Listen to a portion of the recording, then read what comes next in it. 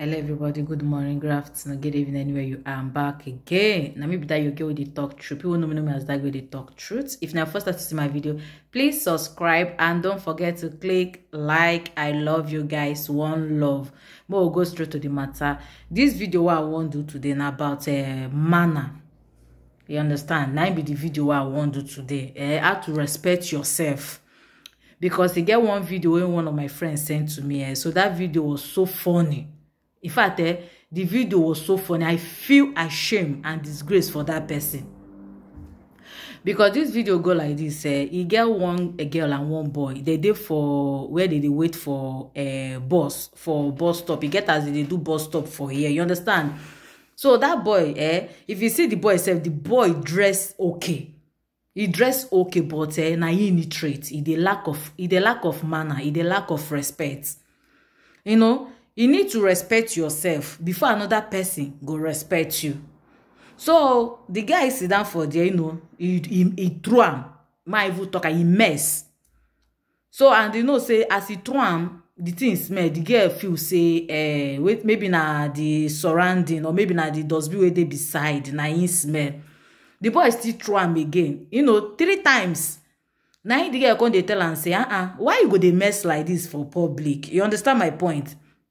So the girl come dey ask am, as the girl dey even dey talk, the boy come even dey reply back.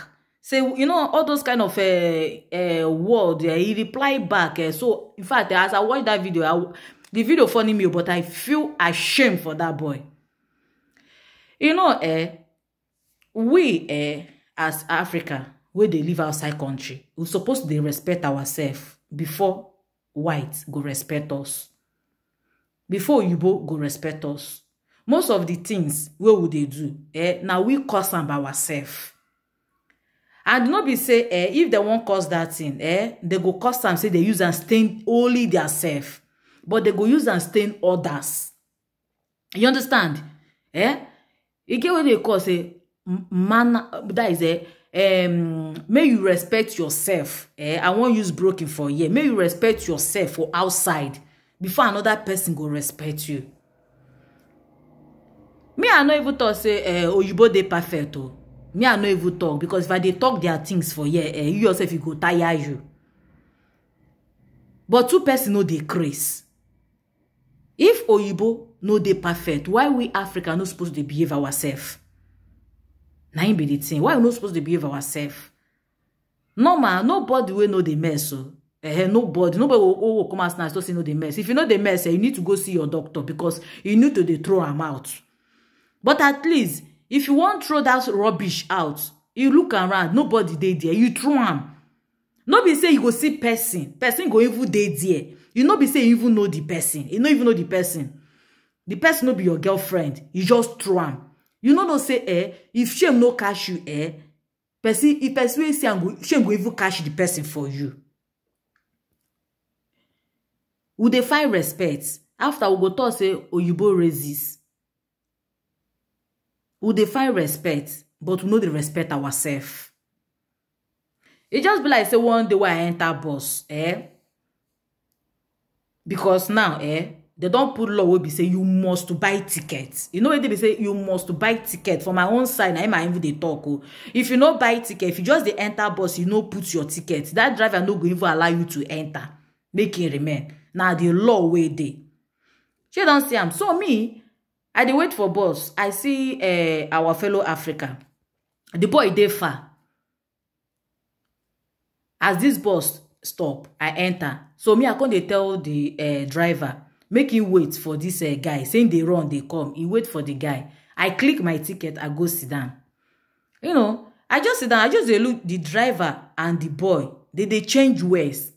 They change words. Although I won't put mouth before. My take calm the driver down. You understand? But when I come they listen to they talk, now the boy even cause the changing of words. When we say now the normal law, the driver tell and say make him put tickets before he will go sit down.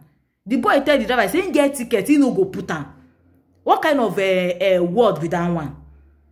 The driver come dey let am know say everybody wey see say wey sit down, including your Africa, he put ticket before he go sit down. Why he no go put ticket? You know what the boy tell am? The boy tell am say like he no go put ticket. Say the driver dey racist. Why the driver go tell am say make him put ticket before he go sit down? That kind of stuff. You see, my tell you, I was so ashamed of that. You see that boy, I help and shame. I no go lie you. I help the boy shame. I just carry my face, I just put am from window side. I can't hear wetin dey talk. So the driver come dey tell am say, if I be racist, shebi na me wait for you, you dey far. And they say people wey no dey here no go understand wetin I dey talk because say they work with time. Na me wait for you, you run, come here. I no see your color before I wait for you. Inside me and you now who get even say the driver self na that kind oyibo they get African color. Inside me and you now who yellow pass. Because now what the driver come dey tell am say lie. You no fear enter if you see this bus you no go sit down if you no click tickets. The boy was so, in fact, he even still dey proud. They talk to the driver say, you no go click that ticket because the driver show am a way of raises. Say they will click the ticket. This one. The driver come tell am say if you no click that ticket, may you come down. Now the driver wait for the next bus stop. This boy come down. As this boy come down, I do assist. I no even know wetin dey happen. When I reach last bus stop where I go come down, you understand? Now the driver close door where they go take come down. He want my pass front take come down. As I won't pass that front, that driver block me. You know what the driver asked me? He tell me say, "Shebi me I click tickets." I tell him say yes. Shebi I go sit down. I tell him say yes. It come ask me say why that boy no click ticket? Shebi me I hear wetin that boy talk. You know. I no want play. That is, I no want play bad.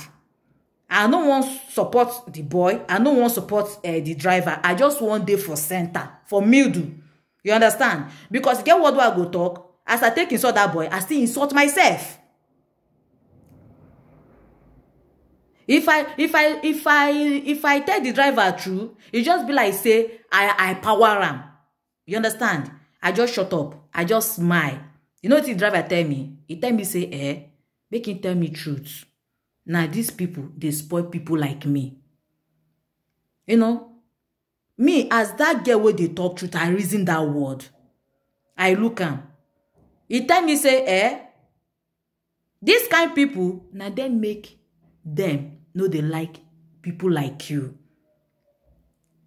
Say, we will get people way good. Africa get good people, but now the bad and illiterate people and the useless people, now them full abroad. You know, as he talk that in I smile for my mind. I just tell the driver, say, ciao, bona Jonathan. I no get another word what I go tell the driver. Might tell you, I reach house, I sit down, I think that word where that driver tell me. I think might tell you, Oyibo go do something, no go rain. But where you Africa go do for their country, it go rain. Now he make I dey talk say charity begins at we need to respect ourselves. If you get Oyibo where dey that place, where that guy throw away that gas, he go say another Africa person go to say, you know, see them. He go use that one, take stain another person. Why we know they behave ourselves? I remember one old video where I do that time, where I thought say things about Europe. Some people support me.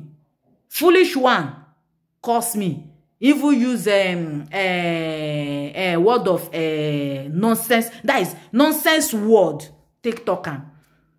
And everything I talk for that video, now something where they happen. And now the truth facts.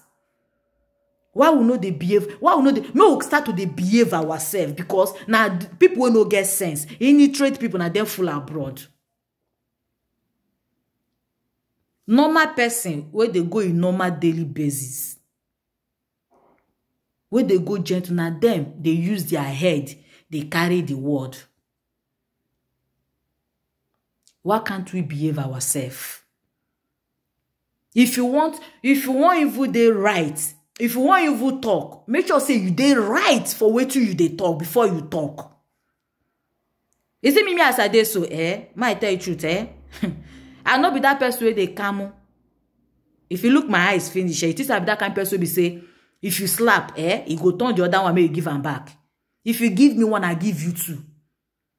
And I know they calm. I know be that calm person, no. Because me, I don't go post and one day we be say I meet one woman wey be say where they work for inside poster we no like black. I meet am. Me if I know wetin I tell that woman. For that woman life, if you see Africa, if they talk, if that no concern, I no go put him out. Me if I know wetin I tell the woman, because I know say I did my own rights. I come this country, I go learn that language because I want to defend myself. I no learn language because I want to do stupid thing. I learn the language because I want to defend myself. If something happen for Balegbe come, if person gather, I go take defend yourself. Now wetin make me learn this language? No be say I learn it because I want to speak. No be that one. No behave ourselves. No respect ourselves outside. No behave ourselves. They no force you come their country. Now you by yourself come their country. So if you did their country, you have to behave yourself. If you dey fight, say fight for your rights. No be for something wey be say, you know, say, if another year you that fault. I be no say if Oyibo that fault, they treat their fuck up for year. They treat, in fact, their people go treat their fuck up. But if you that fault, they go to say, I beg na so Africa they be jare. Africa no get sense.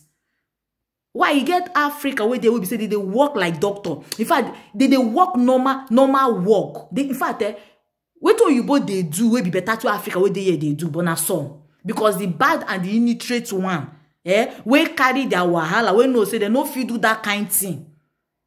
For the, in fact, I never waka for Nigeria, I see person wey throw away gas for outside. I never do am. In fact, I never see am. I never even see am. You get the one will be say by mistakenly they come out. You go apologize. I'm sorry. But the one will be say you purposely do am. As you dress, in fact, and if you don't watch those people, they do that, and you dress something for outside, and then they dress cute. The one where happen for my eyes, it was so cute. And then they dress cute. And if you don't notice that, you say, I know be say me I dey support girls, so you understand their hair. Because get wetin I go talk, you go be like say na girl. But if we be 100 for abroad, 80% of boys they fuck up. Why 20% of girls they fuck up? I know wetin I dey talk. Na me they tell you truth. If you no respect yourself, how you think say another person country they go respect you? Anyway, me I just want talk beef things, because if I say they talk things where they happen for abroad in fact I go just full my video go full remain.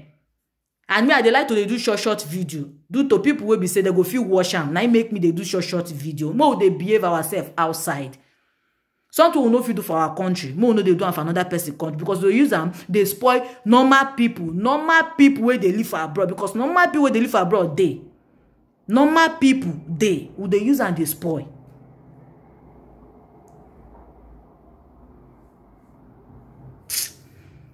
Anyway, me I know just one day route to my video. Now it be the thing.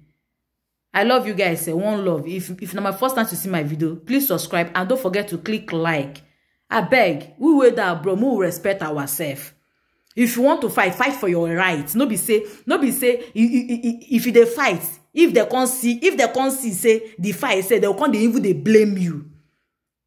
Person wey wan come separate fight, go can't even they blame you say now you fuck up.